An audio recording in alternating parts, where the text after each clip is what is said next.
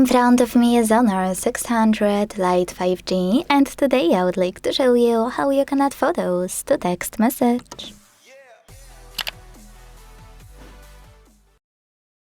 Begin by launching Messages app and selecting or creating a chat. Wherever you decided, when you're ready, click on this icon of a photo and the camera at the bottom right corner.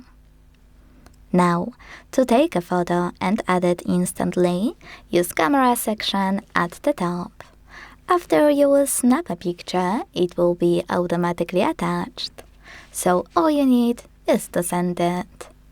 If you want to pick a already existing photo, hold this line and drag it up to access all of them. Now tap on the ones you want to add. Hit Done at the bottom right corner and send them. Thanks so much for watching. If you enjoyed this video, leave a like, comment and subscribe. Bye!